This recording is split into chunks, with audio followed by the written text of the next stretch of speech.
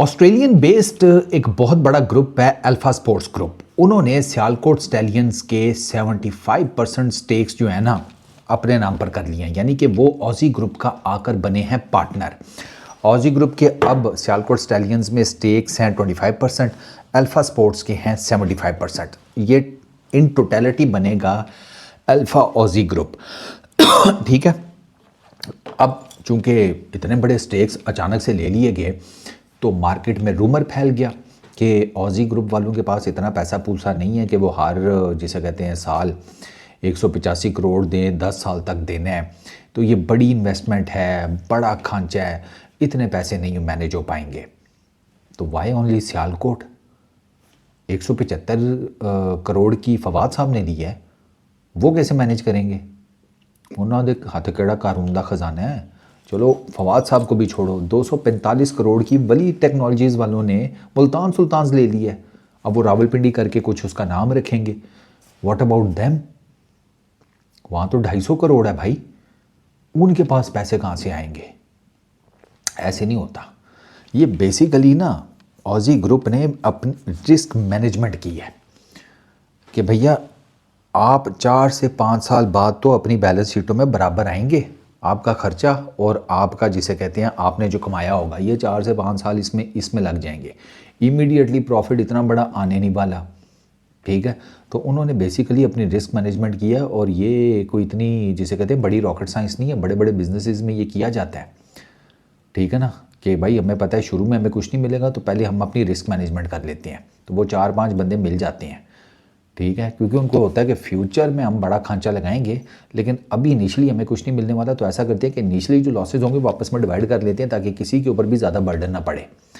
Losses हम अपने manage कर लेते हैं इस तरह डिवाइड करके, और उसके बाद जब प्रॉफिट आएगा फिर सारे अपने अपने शेयर के हिसाब से ले लेंगे। तो वो बुनियादी तौर पर ये हुआ है।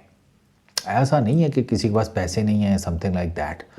बेवकूफ़ थोड़ी है 10 साल का एग्रीमेंट करके बैठ गए हैं, 185 करोड़ देना है। तो ये चीज़ें जो है ना, ये अवाम को थोड़ी पता होनी चाहिए। ये बेसिकली बिजनेस में रिस्क मैनेजमेंट कहते हैं इसको, and it is basically a business deal. इसको एक अब बिजनेस डील के तौर पर देखें आप। ये क्यों ऑजी जो ग्रुप है उसको क्यों छोटा समझ रहे हैं कि उन्होंने इमीडिएटली आते साथ ही स्टेक्स भेज दी हैं? अभी तो उन्होंने खेला भी नहीं है, अभी तो उन्होंने कुछ किया भी नहीं है। अभी तो वो जिसे कहते हैं स्टार्ट हुए हैं, उनका इंजन गर्म तो लेने दें।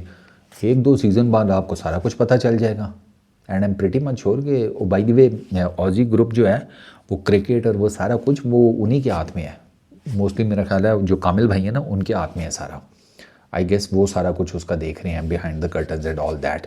वो उसमें सामने इतने ज़्यादा आते नहीं है ना, पब्लिक प्रोफाइल उनका है कोई नहीं इतना ज़्यादा। तो वो लोगों को लगता है अच्छा ये भी हैं, वो हैं, वो ही बेसिकली ब्रेन है कि पीछे सारी डेवलपमेंट का।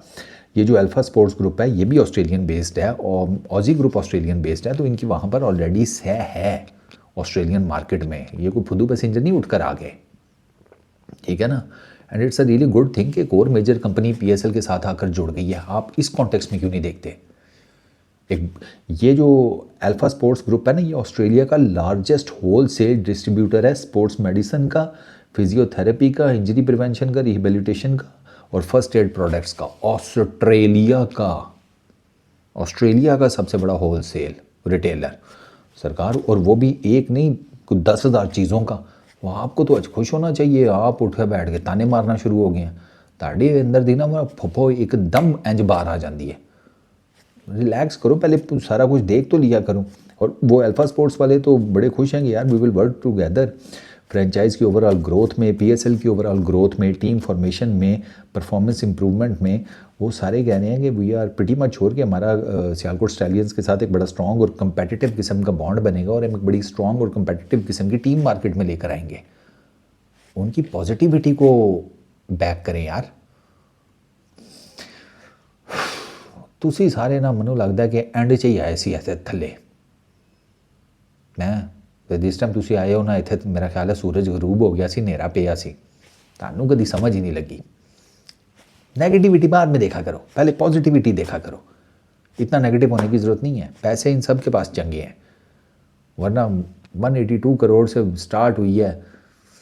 अरे गोहर याद आ गया यार, गोहर बड़ी जान मारी है भाई। गोहर ने 245 की वो फ्रेंचाइज लेके बैठे में, आप कह रहे हैं पैसों का टेंशन पड़ जाएगी। पीसीबी को मेरा एक मशवरा है सर, ठेकेदार जितना मर्जी ज़ोर लगा ले, जितना मर्जी आप उसे कहें कि मेहनत कर मेहनत कर मेहनत कर, डीप डाउन ठेकेदार के अंदर ना ये बात होती है, उसे पता होता है कि मैं जितना मर्जी ज़ोर लगा लूँ, ये जो मैं घर बनाऊंगा ना, at the end of the day ये मेरा नहीं है, ये मालिक के पास जाएगा। तो सर आप ना फ्रेंचाइज के जो केयर टेकर्स हैं ना, इनके साथ ओनरशिप का कोई निज़ाम करें, इनको ओनरशिप्स दें। मैं तो कहता हूँ कि वैसे असल में टाइम थोड़ा ज़रा गुजर गया है, बात मुझे बाद में समझ आई, वरना अगर आप इनसे टाइम टाइम बात कर लेते तो ये जो बाकी फ्रेंचाइजेज़ हैं इनको ओनरशिप दे के कुछ परसेंटेज स्टेक्स में से देकर आप ये फ्रेंचाइजी भी बड़े खूब खाते बेच सकते थे सर। ये भी जाती 2-2, 250-250, 300-300 मिलियन के ऊपर करोड़ के ऊपर बड़ा प्रॉफिट हो जाना था आपको। और जो प्रीवियस ओनर्स थे, जैसे कोयटा ग्लैडिएटर्स हो गई या कोई और हो गई, उन्हें घर बैठे हर साल मुफ्त का प्रॉफिट आना था। इनको ना ओनरशिप का कोई गेम डालें इनके साथ, ये जितने भी हैं 8 के 8, इनके साथ कोई ओनरशिप की गेम डालें। ओनरशिप की आप गेम डालेंगे, इनके लिए भी ज़्यादा आसानी हो जाएगी, इनको पता चल जाएगा कि भाई साहब घर की चीज़ है, उठाना है जो मर्ज़ी हो जाए, ठीक है ना, तो आपको भी बहुत ज़्यादा फ़ायदा हो जाता। बाकी योर कॉल।